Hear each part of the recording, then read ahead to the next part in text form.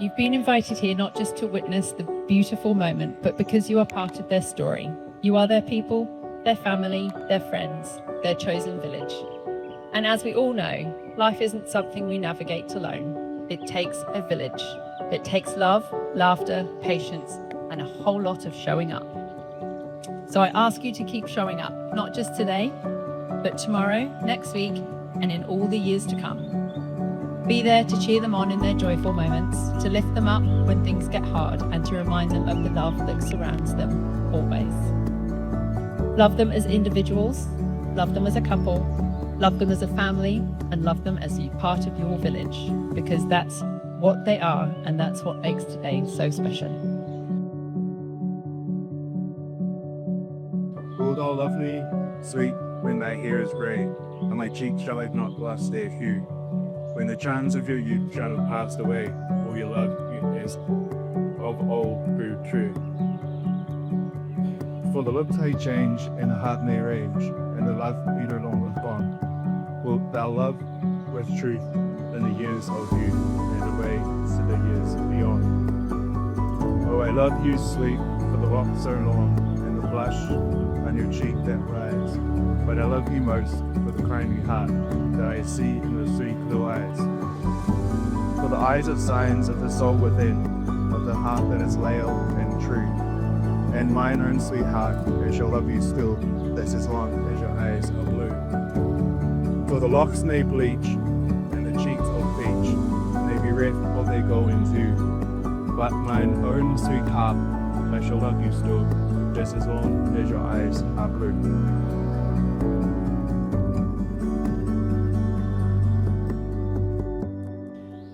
It's a story of two people who found each other, who built something strong and joyful, and who brought all of us together here today to witness the next chapter.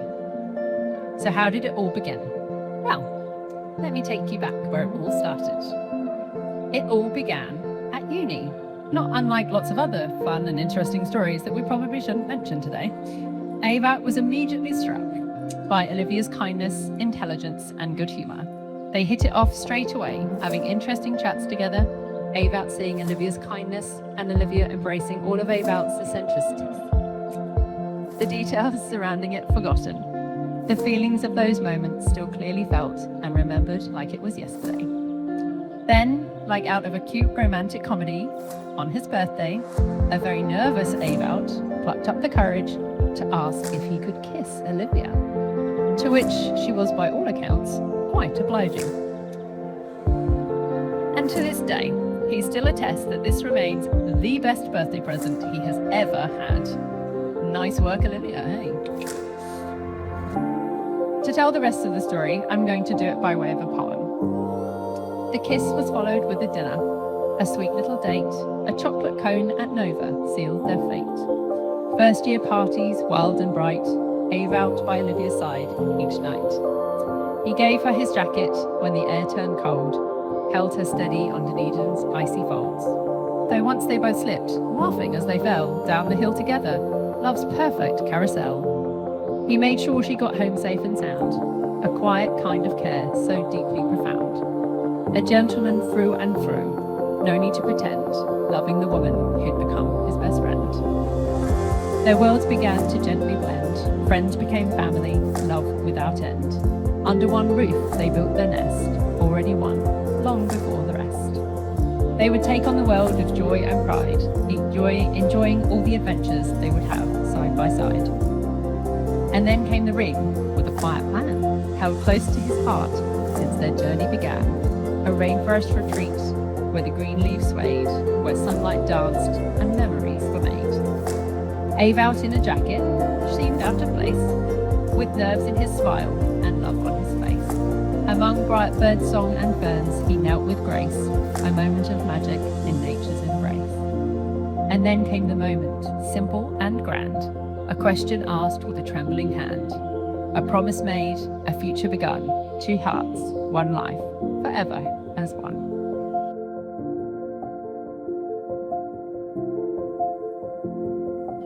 Remember the words that you are about to say. Remember the promises that you are about to make.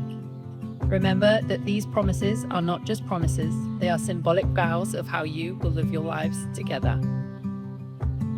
Today is your wedding day. It is just one brief moment in your lives together. And although your vows are spoken in a matter of minutes, they are promises that will last a lifetime.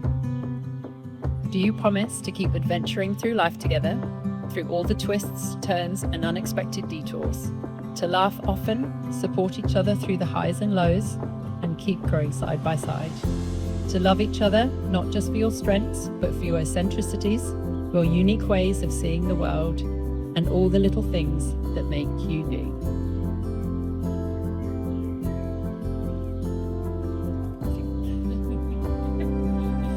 Olivia and Ewout, this is the part where time slows down. Just the two of you, standing here in front of the people who you love the most, ready to speak the words that matter the most.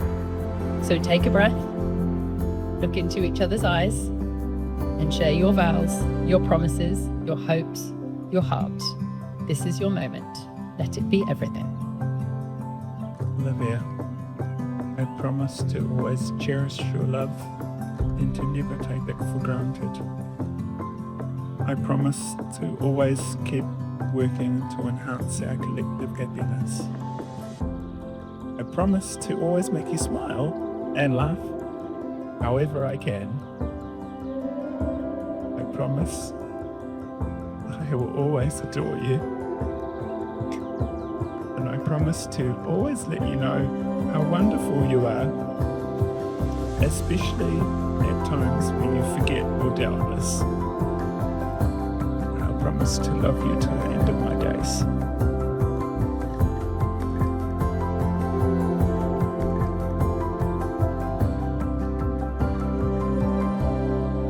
Table. I promise to treat your heart gently and with the care its preciousness deserves. I promise to build a life with you that seeks joy and happiness, even when the road is dark and uncertain. I promise to always try to be as patient and kind as you are to me every day. I promise to always focus on your intentions and the love and fear behind your actions. I promise to always try to reciprocate in kindness. And I promise to always try to be a loving and faith-based friend.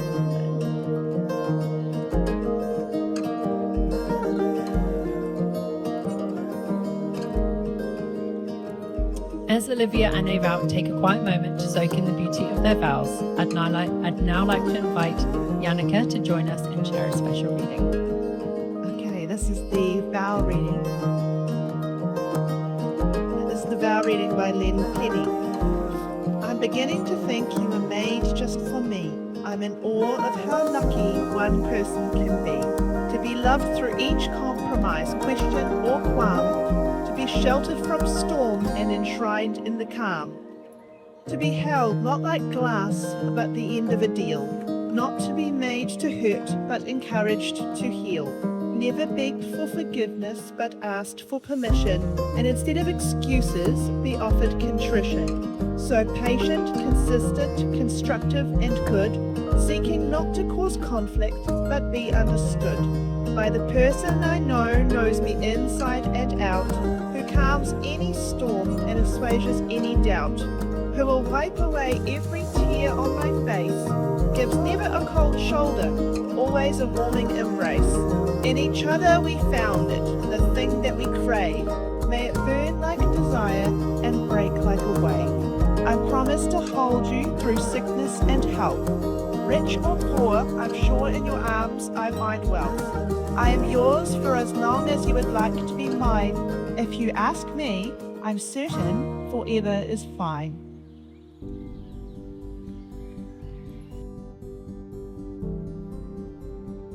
Do you promise to share your friendship, love, and laughter, to nurture each other's growth and honor each other's freedom? To cherish and respect him always, his calm presence, his curious nature, and the unique eccentricities that make him wonderfully him? And do you promise to stand by him through every challenge and every triumph, hand in hand, heart to heart, for all the days to come? do.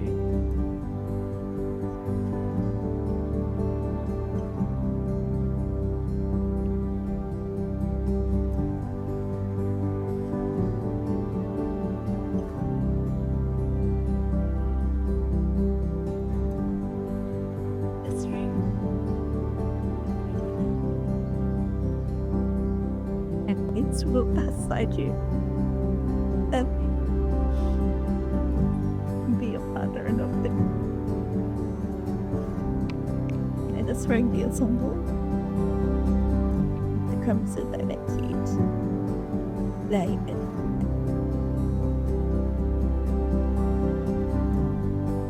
Ewout Siebrand Nordless. Do you take Olivia Rose Payne to be your devoted partner, your perfect balance, your yang to your yin, and your passionate co-adventurer in this beautiful journey called life? Do you promise to share your friendship, love and laughter, to nurture each other's growth and honour each other's freedom, to cherish and respect her always, her fierce spirit, her brilliant mind, and yes, even her wonderfully fluffy moments? And do you promise to continue being her rock, steady, calm and unwavering through every challenge and every triumph, hand in hand, heart to heart, for all the days to come? I do. With this ring, I give you my heart. I promise to walk beside you, to love you, and to be your partner in all things. May this ring be a symbol of the promises I make to you today and every day. Olivia and Ewout, amidst the wonderful gathering of family and friends, you've made some truly meaningful promises. Promises to share your lives, your laughter, and to always stand side by side, working hard together through whatever life brings. You've proudly declared your love for each other, expressed your intent to keep living in perfect harmony, and created a unique and special union that is a testament to your love and commitment to one another. You now each have a ring, your symbol of today, and your new fidget toy. Every time you look at it or fiddle with it, let it be a reminder of this moment, of why you are here, how you got here, and all the incredible things that you'll build together, as a couple and as a family. Here's to a lifetime of fun-filled adventures together. May your life together be filled with laughter, love, and unwavering support for one another. Olivia and Ewout, in one short moment, you may say to the world, "This is my husband, this is my wife," but not just yet. I'm just kidding. Ladies and gentlemen, the moment that you have all been waiting for. Ewout, oh no, hang on a bit, I better pronounce you first. I pronounce you. It gives me the greatest pleasure to pronounce you husband and wife. Ewout, you may kiss your bride.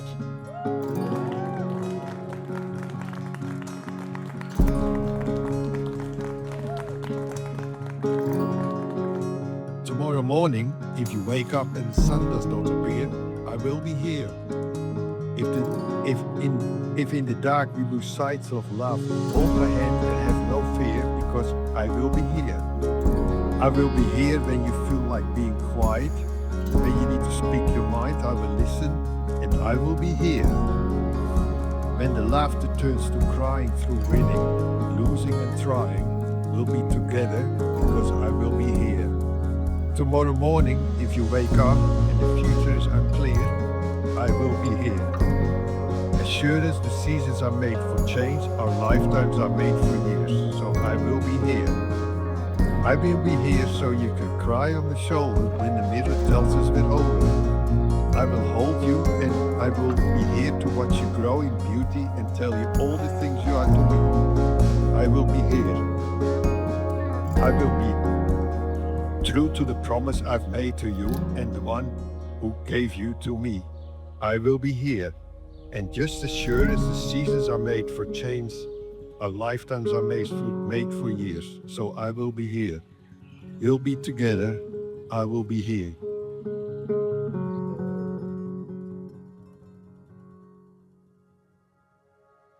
Maybe couldn't get the weather slightly better for today, but we'll survive. Just. Probably you all are aware that David decided to go a wee bit off-piste a few weeks ago and dislocate his shoulder and spend 6 of the last 7 weeks in Timaru Hospital.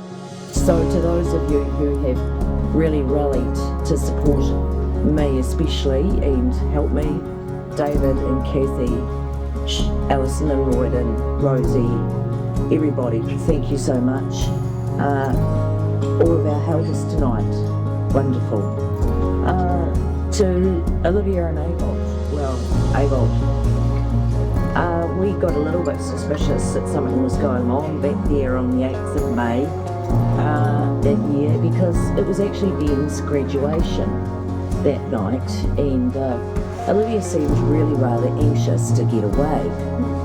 We were sort of quite sure why, because we were at a family event in Dunedin, and she wasn't being particularly forthcoming about what was going on. But let's say that, Avolt, we knew for a very long time ago that you were a keeper. A little bit of a story about this engagement, this long-lived engagement. The story probably hasn't been told tonight, Avolt. How long did you carry that ring around?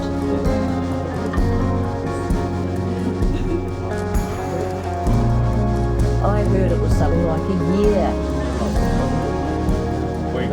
It tripped around looking for the appropriate setting. So we received a phone call at 10 o'clock at night from Olivia asking if we were sort of all present because they had some news. And so welcome, Avolt. You've been a long time with us. You've gone along on this journey with us. So thank you, and I'll pass this to Ben now. Oh, yes. A few notes on my sister. She's very sweet, right? Right.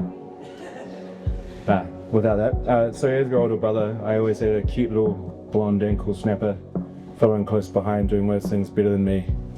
Apart from the perfectionism and OCD, it's a close match, but I've always been a little bit better here and there. I hear it's a weave thing.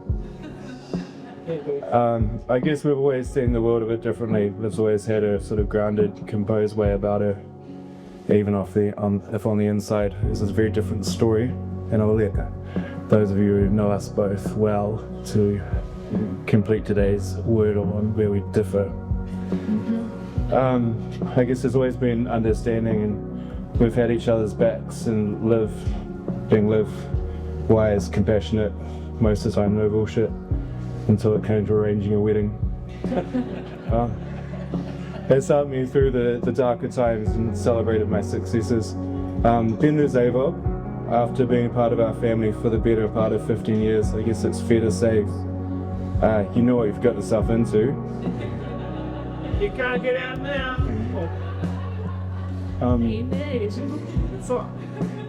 Warts and all, I guess you're gracious enough and open-minded enough to accept that we are what we are.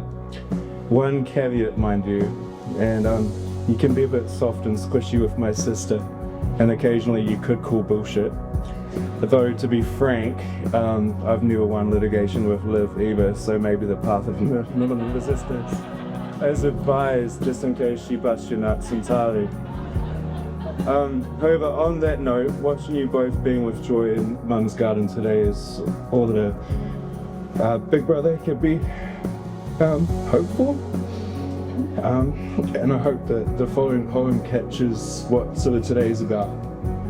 And it's called Muddy Knees to Married Ease, and it kicks in. So, the wildling years. Before she was Liv, before she was grown, she was a whirlwind entirely her own. A ruffian kid with crazy blonde hair, big blue eyes, grub everywhere.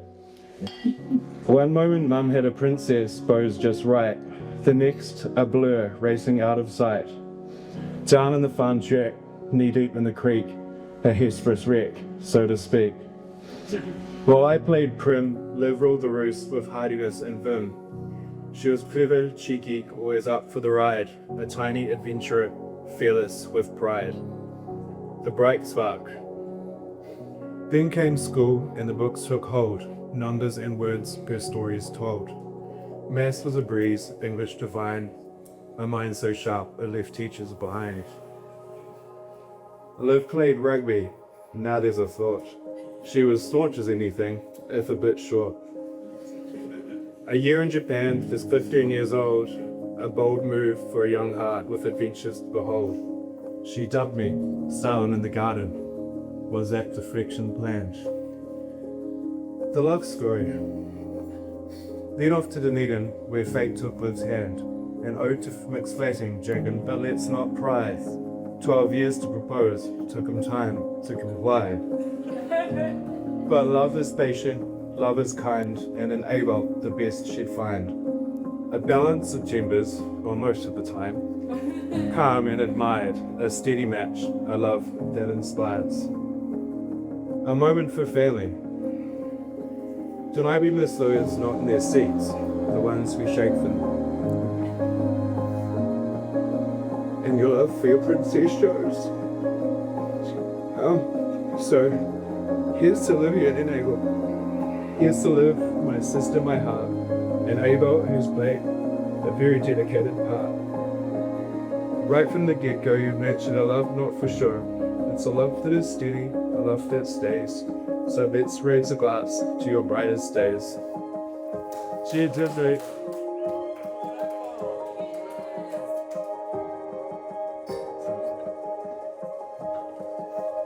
Fantastic. It's been a long time coming, but I think they're saying is in all things that take good time or something or whatever.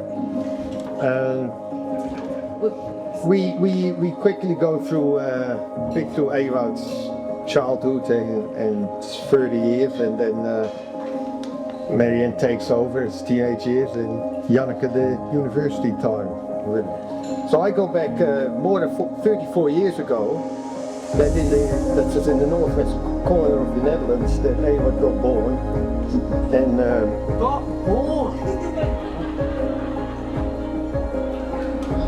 needless to say, we were incredible relieved and happy with his arrival. He came from a long line of horticulturists, and being the firstborn son, that could well have been his destiny. But our immigration 2 years later to New Zealand liberated him more or less from that generational expectation. And looking at his gardens there around Threeburg Way, I think that hasn't been a big loss to the Dutch Horticulture League. Thank you, guys. You already left me by me. Then, as a toddler, Ewoud was. Okay. As a toddler, Ewoud was, and this might come as a surprise to you, a very, very quiet little man. He observed, and you could see him thinking a lot, but not a word came out. This naturally created some anxiety for us. Fortunately, I found it, because at a moment chosen by Ewoud himself, the floodgates opened, and we were scrambling from time to time to find the off button. As fresh immigrants, we were quite keen to explore the outdoors and organize trips in the national parks around Nelson. In our enthusiasm, we kind of forgot that a 15-kilometer hike for an adult is different than one for a toddler. And Ewoud was not impressed with our choice of activities. Many times I chucked him on my shoulders in order to continue our walk, and my sideway posture might be a bit of a testament to that.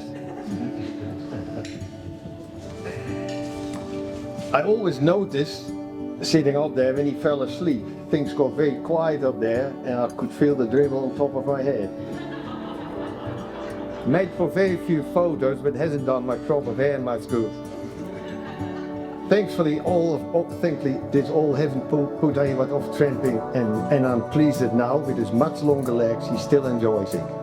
I only hope that now that Olivia is not at the receiving end of this leg length imbalance. Thank you. At primary school, Ewart quickly developed into a thoughtful, kind boy who thrived in that structured environment, happy to obey the rules as long as they were clear. This was also the time his interest in the sport started to develop, particularly the soccer. Boys being boys, soon a simple backyard soccer game became in preparation for the FIFA World Cup. Towards the end of his primary school years, I was lucky enough to take Ewart on a road trip to Italy.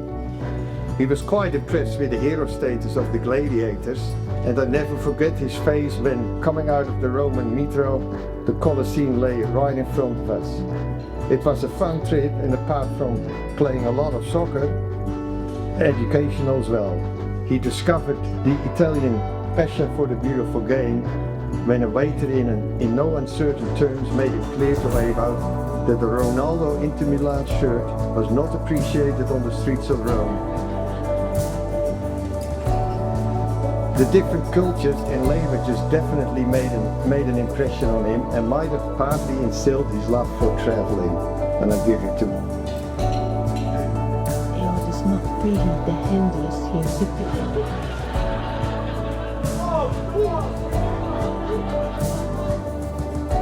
So some things were just destined to kind of not fail, to kind of not succeed at that particular moment. So I encouraged him to write up his ideas, and we still have that little book somewhere. It makes for a really cute read. But as I say, Ewart, was very mature at a young age, because after some time I met Don, who we were playing earlier tonight, and Ewart, I recall particularly one night where we were still in the process of trying to bring to Ewart in a kind way that there was a new man in his mother's life.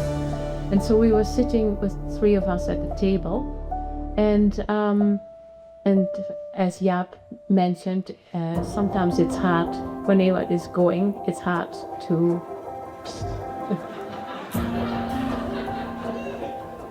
So we were sitting at the table having dinner, and Don, who was thinking, yeah, he went like me to Ewart,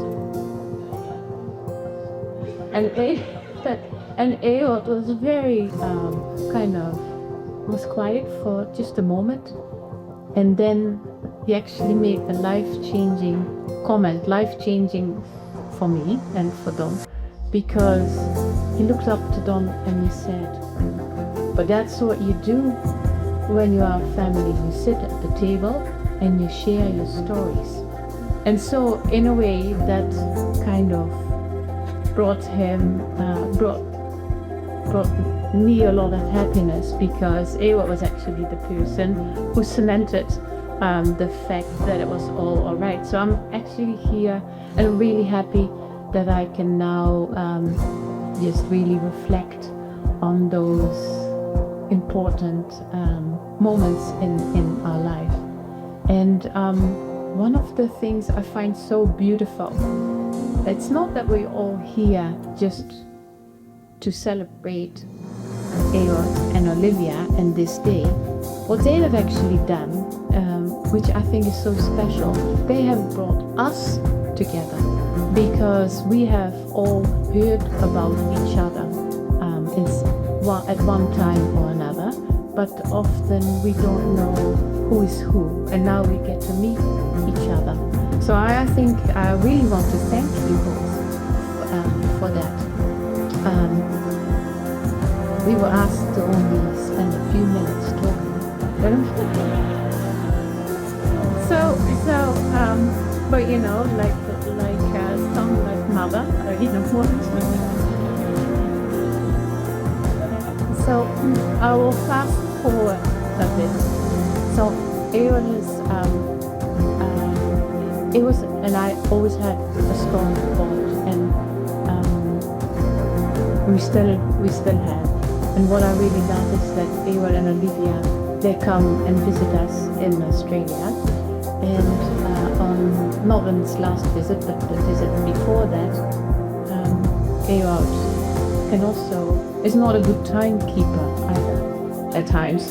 When he says, I will be there this and this time, then it might just be a little bit later.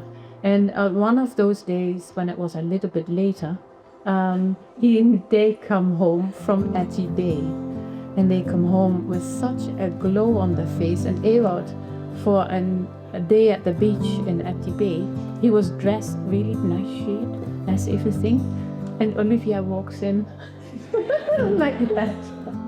Yeah. So that warms my heart. I'm now going to let Jaike talk because I don't want to keep holding this. Interested with that conversation was such an honour and a real testament to how close we had grown. When I met Olivia, she seemed a little shy or quiet at first, and as a protective sister, I wasn't sure quite what to expect. But it didn't take long before her warmth, intelligence, and genuine kindness completely won me over. Over the years, it's been so clear how much love they share and how naturally they fit together. What I admire most about them is the way they work as a team. They're deliberate and thoughtful in every decision, and together they tackle anything, whether it's a travel adventure, a home project, or figuring out where Olivia might have left something.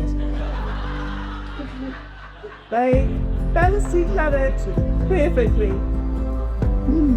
Most of their photos these days are from the great outdoors, tramping, exploring, laughing together, and you can see how much joy they find in each other's company. As an aunt and uncle, they're absolute favourites with my boys, endlessly patient, playful and involved. Neither of them mind having a go on the playground or whatever game my boys have cooked up.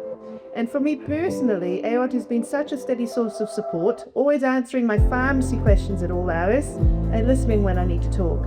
I'm deeply grateful to have both him and Olivia as my family. Yes. Ewout and Olivia, I hope you continue to be the incredible partners you've always been to each other, to keep finding adventure and laughter in every corner of life, and to have many, many years of love and companionship ahead. I'm so proud of you both, and I'm really happy to celebrate this day and have Olivia now officially part of the family. So to Ewout and Olivia.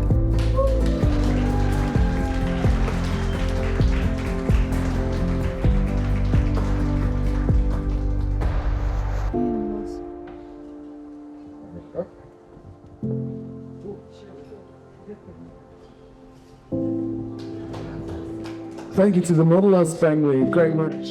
And I'm pleased, mind you, we did think we were cool back then, so I apologise in advance for some of the language. I'll translate where I have to. This one's from me to start us off. What's up, Noodle Goose? How's it hanging, champ? He said it was hanging nice and straight that day. It was pretty good. A little general chat about how he was going at university. He was having some trouble studying late at night, trouble sleeping. I suggested some pills. Doesn't say of kind, a little concerning, but we're okay. So the important part, however, I said, hey, you and Olivia going all right? He said, yeah, mate, marvellous as ever. I said, oh, excellent. So when are you getting married? Whoa, now slow down. This is all in caps. Never one to be deterred, so next year. We shall see. I'm happy with things at the moment, and I see no need to rush. Is it on my mind at the moment? Well, you were not joking. Well, as they say, good things do take time.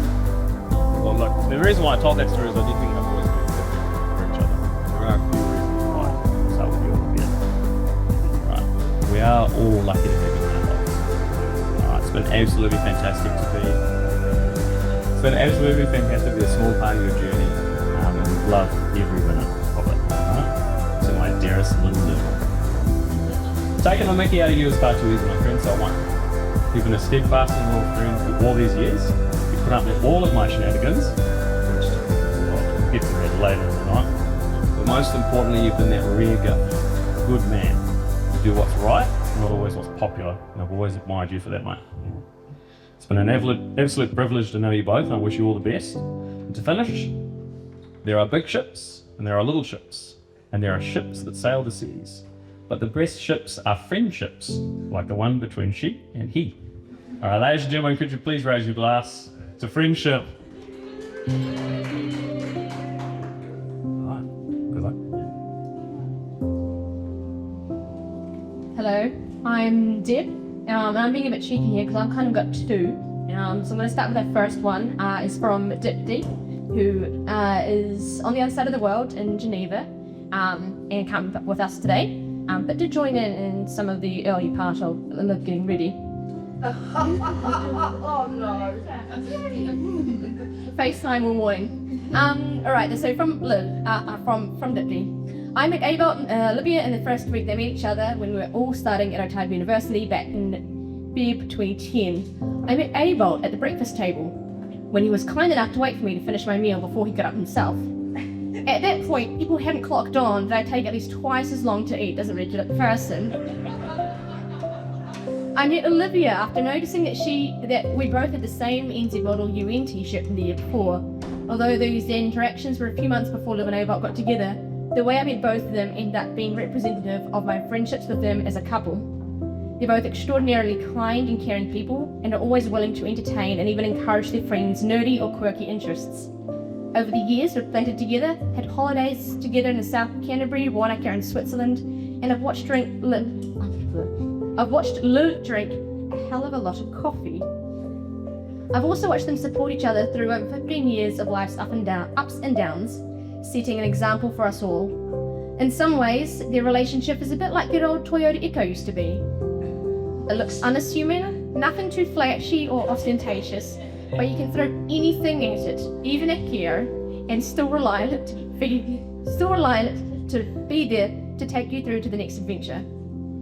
Abel and Olivia, I'm so sorry I can't be there with you to celebrate today, but I'm really looking forward to seeing where marriage takes you when we are all based in the same country again. Your relationship is one of the most solid I've ever seen, and unlike the Toyota Echo, which you finally said your goodbyes to, I know the two of you will continue to go from strength to strength, and wishing you all the happiness in the world. Okay, cool. Good start. Right, go. So I've buckled twice, maybe 3 times already today, so let's hope I keep it together.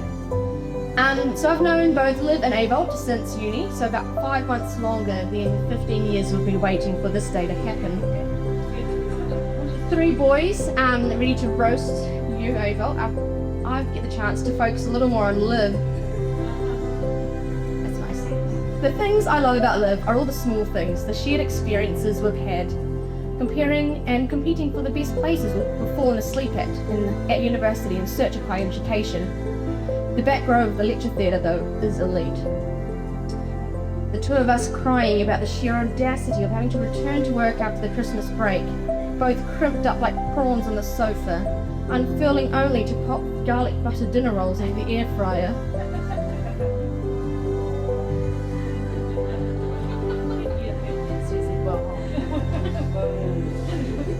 Picking Liv up 2 streets over from where I directed her after she failed to figure out how a train door opened. Liv finding absolute peak yo-pro activities for the crew to do in Wellington, picnics at the Botans, free orchestra performances, and the long chats about everything and nothing. And while she might not always be able to navigate north on a compass in a suburb larger than Geraldine, or make a decision, Gotta find North Terrace, David. or make a decision about where to eat in town, I always know that when it really matters, Liv will always be guided by her true north, her friends, her family, her Avalt.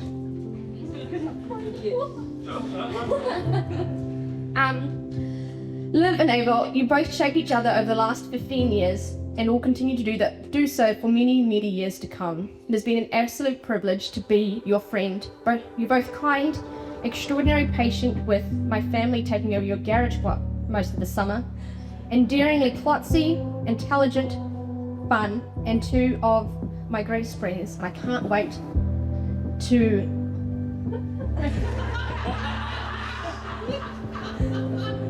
continue to be part of your friendship over the years to come. Thank you.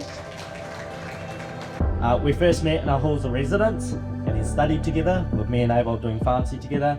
We flatted together in Otago, with Liv being the unofficial sixth member of our flat for 2 years. And even we and partied together as young professionals in Wellington. And Abel, just a special shout out, was an outstanding groomsman for my wedding a couple of years ago, and it's been a real privilege to return the favour tonight to say a few words. Now, I promise this will be a short speech on Abel's request, which I find quite ironic, because that's something Abel has yet to master in the 15 years I've known him when it comes to storytelling. But to be honest, I don't remember the exact moment I first met you both. However, my first impressions was, holy moly Abel, you are so tall. He's going to be great by our Carrington basketball team. Little did I know he's got the coordination of a baby giraffe just starting learning to walk, so that can quite work out.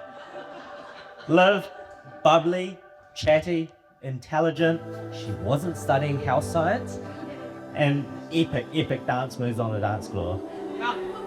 However, there's been a key memory etched in my mind when I met these two. And that was when we were at Monkey Bar, one of the many nights together. And seeing you two make out at Monkey Bar in a nightclub with Abel doing his best impression of those inflatables at the car yard. And Liv absolutely reciprocating. Yeah, what a pleasure, eh? And fittingly, it's inside an old Baptist church at nightclub, and there we are, years later, happily married. So who says true love can't be found on the dance floor? Over the years, I found myself as the third wheel, or as we joke, the adopted son in Wellington. One moment that stands out was when Liv asked Abel to buy horseradish as a condiment for a steak dinner. He came back proudly holding a fresh horseradish root instead of the jar version. I could see Liv was ready to strangle him. But then Abel pulled out his trademark line. Are you done? My instructions weren't very clear at all. And instead of staying there, Liv burst out laughing and accepted that that's Abel, and that's the guy she fell in love with. And that's it, and that acceptance is what makes your bond so strong. Seeing you both operate as a couple has been an amazing journey from the very beginning. There's been one constant, the undeniable and unbreakable bond you share. I've watched your relationship grow and blossom from first year and all the way to being professionals in Wellington. And I couldn't be happier that this day has finally arrived. Liv and Abel, seeing you here surrounded by your closest family and friends is truly beautiful. You both as a couple leave lasting impressions on everyone with your authenticity, easygoing nature, and the genuine love and friendship you share. So, as someone that's been married for a few years myself, my advice is simple. Always take time to celebrate the small wins together and make sure to connect with each other verbally. Tapping a butt doesn't count, Abel. So, a toast. Let's raise our glass and may your marriage be a grand adventure full of new experiences, endless laughter, and the courage to face the unknown together, to Liv and Abel. For many, many years, whenever Abel, Olivia, Andrew Moore, and I met up in Nelson, I would interrupt any conversation of Abel's mid-sentence and say, "So when is the wedding, Abel?" Well, here we are. I've dug through the Facebook archives, read every message between myself and Abel since 2009. My IQ plummeting even further reading my own words back. But Olivia, it is abundantly clear that the man you have just married is honest, of incredible character, and the kindest and most supportive friend one could ever ask for. But you two have shaped him into the man he is. 2 weeks ago, I visited the place of Abel and Olivia's engagement, Eddie Bay, North Queensland. I wrote these words on the beach, observing the local wildlife, French backpackers and thongs. In Australia, thongs are also jams. I could visualise it. Abel gallivanting across the beach, 35 degrees Celsius, 100% humidity. And there on the beach, gloriously awaiting a bird. She's a wild one, some say, has a fierce pick on her apparently. It was not Olivia. Eddie Bay has the Kasseroo bird, the most dangerous bird in the world. But it is a beautiful place. And as an example of Abel's care, he'd mentally stored a comment from an earlier trip there where Olivia had said it was her favourite beach in North Queensland. That is the kind of quiet care that Avot has always had. Except when he threw a pancake in my face during our regular food fights on aquatic trips. Since meeting at age 7, Avot was always the big friendly giant. We were fiercely competitive runners. But Avot beat me in almost every race. More on that later. Avot, I spoke to Greg, our running coach, this week, and these are some of his abridged words. You will know what I mean. Avot once said, road running is like cross country, but it's on a road.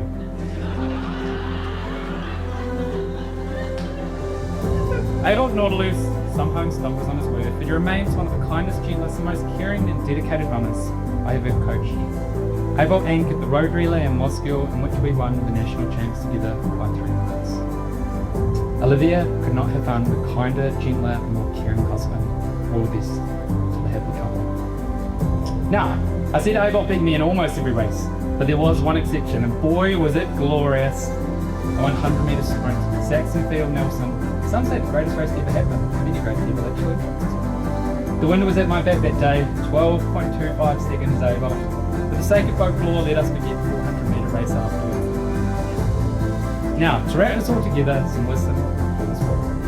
Avot, marriage is like cross country and not a 100 metre race. Finishing in 12.25 seconds is not a title you want. There will be ups and downs. But through it all, you have the most amazing wife by your side. You need no reminder that you're a team. At school, we were young men taking their place in the world. And today, you've taken yours as a married couple. And know I'll forever be cheering both of you on. And for the one to always be at your back.